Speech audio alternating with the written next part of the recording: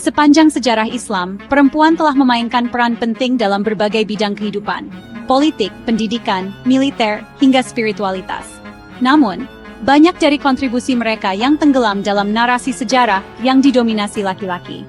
Jadi, video ini bertujuan untuk mengangkat kembali kisah perempuan-perempuan Muslim yang menjadi pemimpin, ulama, pejuang, dan pelopor perubahan sosial di berbagai belahan dunia. Kutulun dari Asia Tengah adalah putri dari Khaidu Khan dan juga cucu Genghis Khan, yang dikenal sebagai pejuang sekaligus atlet gulat ulung. Ia menolak menikah kecuali ada pria yang bisa mengalahkannya dalam gulat, dan ia dikabarkan mengalahkan ratusan pria. Kutulun juga menjadi penasihat militer ayahnya dan memimpin pasukan di medan perang. Razia Sultana dari India merupakan satu-satunya perempuan yang pernah menjadi sultan di Delhi pada tahun 1236 hingga 1240. Ia melampaui banyak hambatan gender dengan mengenakan pakaian seperti laki-laki dan tampil di depan umum sebagai pemimpin. Meskipun pemerintahannya berakhir tragis, ia tetap dikenang sebagai simbol keberanian perempuan Muslim di India. Sayyidah Al-Hurra dari Maroko adalah seorang pemimpin yang menguasai pelabuhan penting Tetuan pada abad ke-16. Ia menjalin aliansi dengan bajak laut Barbarossa untuk menantang dominasi Spanyol dan Portugis di Laut Tengah. Namanya berarti wanita merdeka, yang mencerminkan kekuasaannya yang independen. Ratu Amina dari Nigeria berasal dari kerajaan Zazau atau Zaria, dan merupakan komandan militer yang memperluas wilayah kekuasaan dengan pembangunan benteng serta penaklukan militer. Ia memerintah pada abad ke-16 dan dipandang sebagai pelindung kekuatan dan kedaulatan perempuan di Afrika Barat. Sultanah Safiatuddin dari Aceh memimpin Kesultanan Aceh dari tahun 1641 hingga 1675, masa yang dikenal sebagai era Sultanah, di mana perempuan memimpin selama lebih dari 50 tahun. Ia memperkuat posisi perempuan dalam birokrasi dan mendorong pendidikan Islam serta kesusastraan. Ratu Kalinyamat dari Jepara adalah putri Sultan Demak yang menjadi penguasa Jepara dan memimpin ekspedisi militer melawan Portugis di Malaka. Ia dihormati karena keberaniannya dan dukungannya terhadap perkembangan maritim dan seni ukir Jepara. Hurrem Sultan dari Ottoman adalah istri Sultan Sulaiman Agung, yang berasal dari latar belakang budak, namun menjadi tokoh berpengaruh dalam politik istana. Ia mendirikan lembaga sosial termasuk rumah sakit dan madrasah, dan dikenal atas keterlibatannya dalam kebijakan kekaisaran. Kösem Sultan dan Turhan Hatice Sultan dari Ottoman adalah dua perempuan terkuat dalam era Sultanate of Women. Kösem dikenal karena kemampuannya memengaruhi keputusan politik bahkan setelah menjadi Valide Sultan, dan Turhan melanjutkan tradisi itu dengan membangun masjid, serta memperluas kekuasaan dinasti. Nur Jahan dari India Mughal adalah istri dari Kaisar Jahangir yang memiliki pengaruh politik luar biasa, sampai-sampai koin dicetak atas namanya. Ia adalah pelindung seni dan arsitektur, serta mengambil keputusan kenegaraan atas nama suaminya yang lemah secara politik.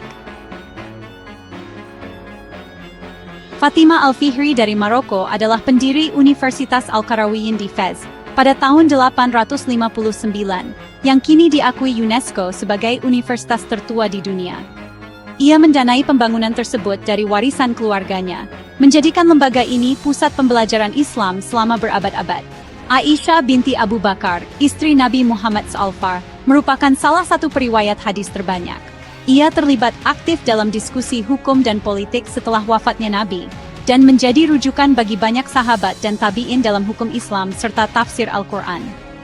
Jahanara Begum dari Mughal India adalah putri Kaisar Shah Jahan, yang juga dikenal sebagai sufi dan penyair.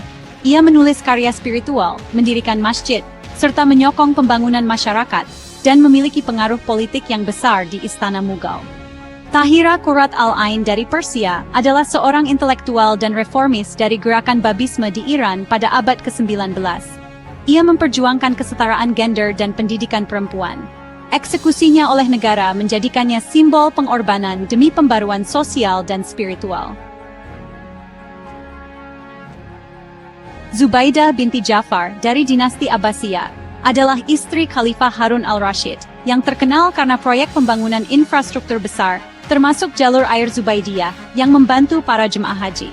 Ia juga mendukung pendidikan dan karya sastra. Al-Khaizuran dari Abbasiyah adalah seorang mantan budak yang menjadi ibu dari dua khalifah, Al-Hadi dan Harun al-Rashid. Ia dikenal karena perannya dalam pengangkatan khalifah dan dalam memengaruhi kebijakan istana. Nusaybah binti Ka'ab dari Madinah adalah sahabat Nabi yang dikenal karena keberaniannya dalam Perang Uhud, di mana ia melindungi Nabi Muhammad SAW dengan pedang. Ia juga aktif dalam diplomasi dan perjanjian masyarakat Madinah. Rasuna Said dari Indonesia merupakan salah satu tokoh perempuan paling vokal dalam pergerakan kemerdekaan Indonesia. Ia mendirikan sekolah perempuan dan aktif dalam organisasi Sarekat Rakyat. Rasuna Said juga merupakan satu dari sedikit perempuan yang dijatuhi hukuman mati oleh Belanda karena perlawanan politiknya. Linda Sarsour dari Amerika Serikat adalah aktivis Muslim Amerika yang menjadi tokoh sentral dalam Women's March di Amerika. Ia vokal dalam isu-isu hak sipil, imigrasi, dan Islamofobia, serta mempromosikan peran aktif muslimah dalam kehidupan publik. Ilhan Omar dari Amerika Serikat adalah anggota Kongres Keturunan Somalia yang menjadi simbol representasi Muslim dalam politik Barat. Ia memperjuangkan kebijakan progresif dan melawan diskriminasi, sekaligus menjadi suara muslimah di parlemen. Kisah para perempuan ini menunjukkan bahwa sejarah Islam bukan hanya sejarah para khalifah dan jenderal laki-laki, melainkan juga kisah tentang perempuan yang gigih, cerdas, dan berani. Dari kerajaan Asia Tengah hingga Parlemen Amerika Serikat, jejak mereka terus menginspirasi generasi Muslim hari ini untuk terus menuntut ilmu, memperjuangkan keadilan, dan memimpin dengan iman.